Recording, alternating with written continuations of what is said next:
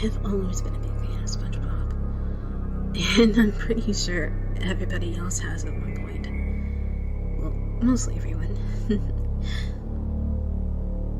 But what happened one night was probably changed when I thought about it for the rest of my life. Let me start at the beginning.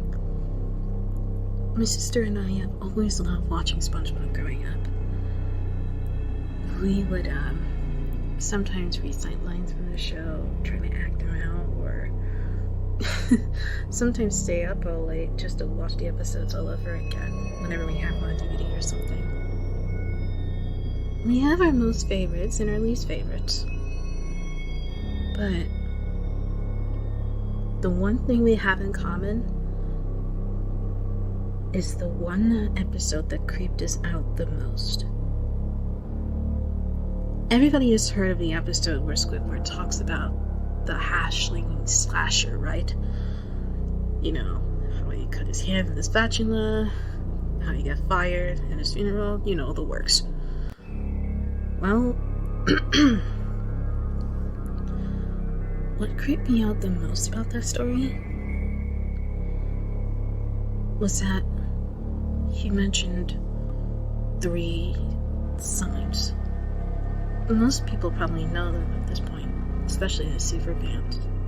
You know, the light switching on and off, the phone ringing, the bus arriving, you know, that kind of stuff.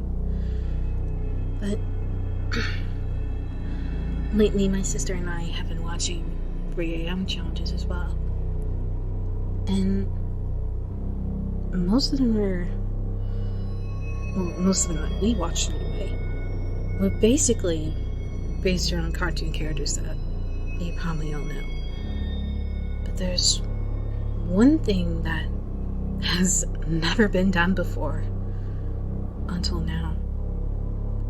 And it's because it's never been brought up at this point. It's the Hash-Slinging Slasher Challenge. My sister was the one who made it up, of course. I didn't want to be involved because the whole story just creeps me out. But regardless, she made me do it anyway.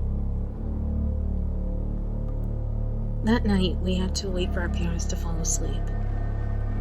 And we would turn on the TV and put in the disc that played all the episodes, and we would choose the episode that had the story in it.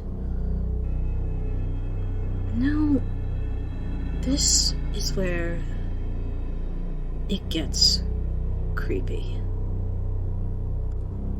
The episode went on as usual. You know, Mr. Krabs announcing they're going to be working 24/7, SpongeBob is getting excited to work a night shift, etc., etc. Then in came the part where Squidward tells the story.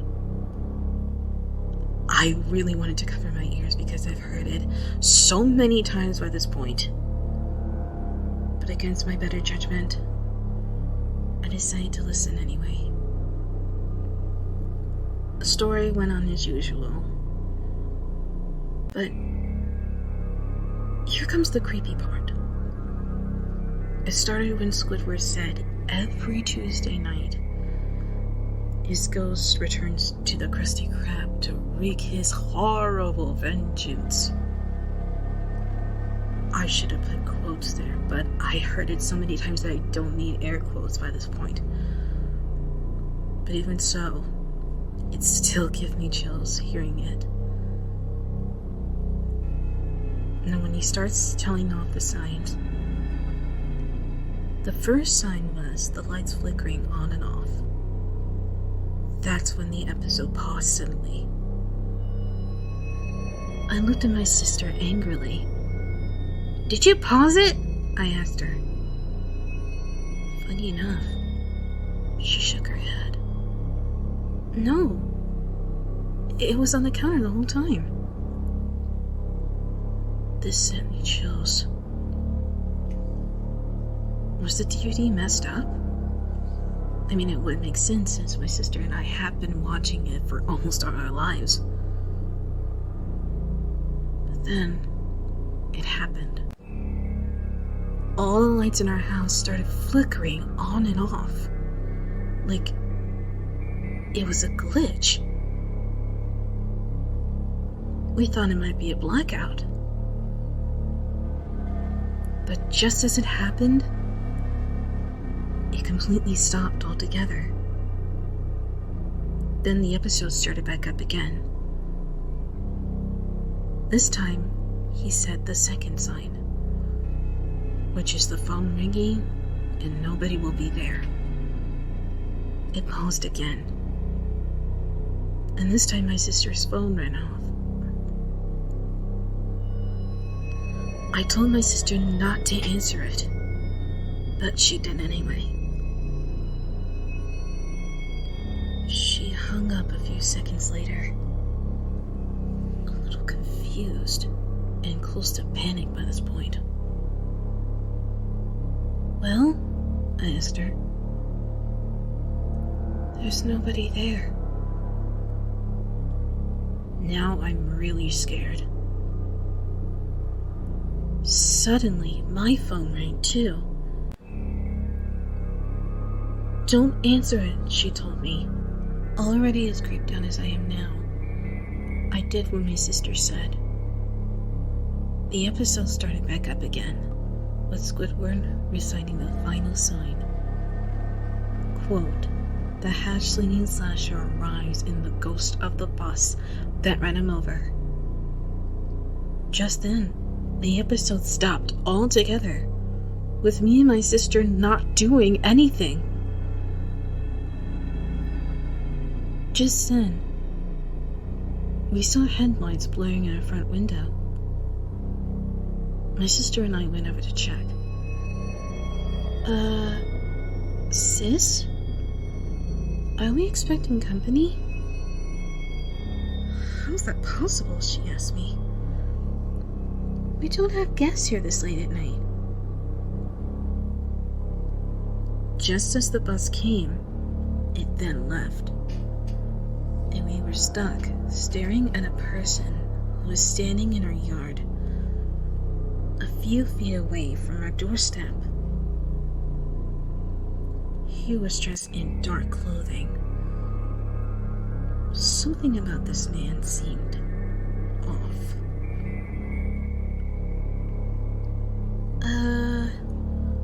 Who is that? I asked. I don't know. It's not like anyone we know of, that's for sure, my sister implied. He suddenly pulls out a spatula, and his eyes opened. All of it was completely red. We all realized just then,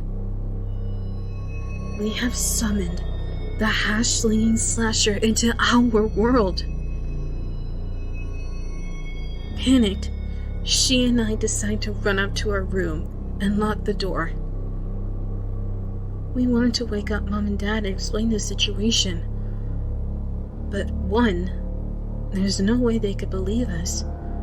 And two, we really didn't want to wake them, especially since Dad had to work tomorrow. We suddenly heard banging, and the door being bursted open. He was inside, and I can already tell that he was looking for us. My sister and I tried to stay quiet, trying to cover our mouths so you wouldn't hear us breathe. But even if we're trying to stay quiet, he found us way too easily. He decided to bang on the door. It was loud enough that our parents could hear us. But just as my parents caught sight of him, he had already left.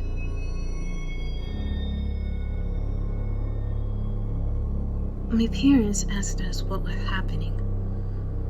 My sister came out right away that there was a stranger at our house and he was trying to bust in and get us. She was trying to hide the fact that the stranger was actually the Hash-Slinging slasher being brought into our world due to a 3 a.m. challenge that we haven't done before. My dad, being a cop, said it would be best to keep our doors locked. He will try and keep an eye on the best he can for at least a couple of hours. We decided to go to sleep after that. At about 4 in the morning, I woke up to a huge bang. I decided to cover myself, but then I heard something. It was a low, demonic laugh. It sounded like it was right behind me. I jumped up and rushed out of my room as quickly as I could and wanted to hide in the bathroom.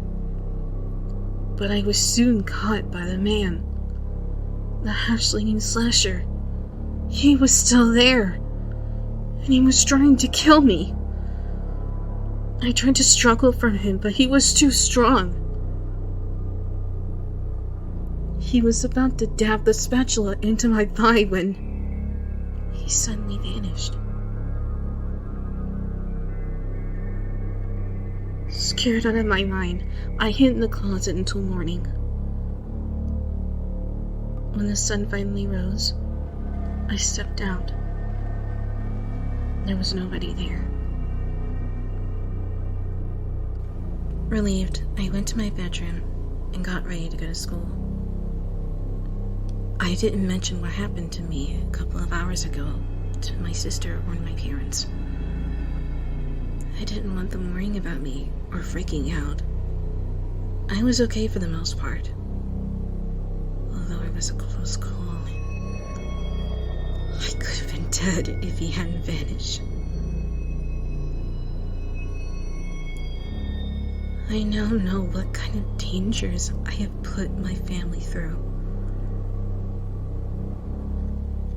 So I'm saying this as a warning to you all. Whatever you do not do the Hash-Slinging slasher challenge. Especially around 3 a.m. Otherwise, you would have ended up in the same position you and my sister were.